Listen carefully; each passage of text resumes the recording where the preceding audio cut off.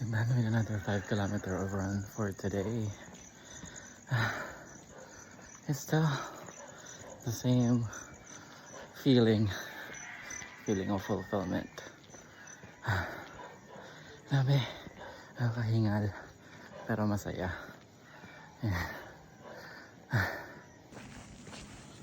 Ayan yung ilaw ko sa sapatos. Tapos meron pa isa sa braso ko. Lang. If you're running like me at dawn or at night, this is a worth it investment.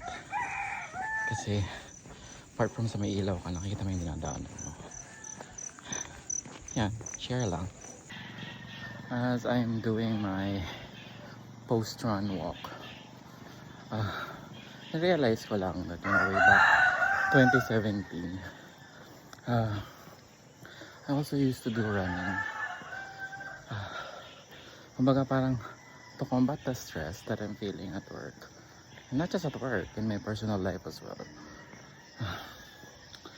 Matandaan ko lang na, alam mo yun, the same reason why I started running is also for fitness. I also gained weight. Then yun, gusto ko lang magpapayat ulit. Same thing now. And apart from fitness, yun, it also helps cope up with, emotions and the stress. So, wala lang, na-recall ko lang some random thoughts during the run and the walk. So, ayan, para dun sa mga gustong mag-running dyan, gusto mag-start mag-running na kagaya ko, na parang alam mo yun, parang nawawala ng pag-asa or walang confidence. Ganyan-ganyan din ako bago mag-start. So, ang papayo ko sa inyo, start nyo muna sa walking. And then, pag naganyan na yung confidence nyo, yun, start kayo 1 kilometer, 2 kilometer, parang ginawa ko until I reach my 5 kilometers.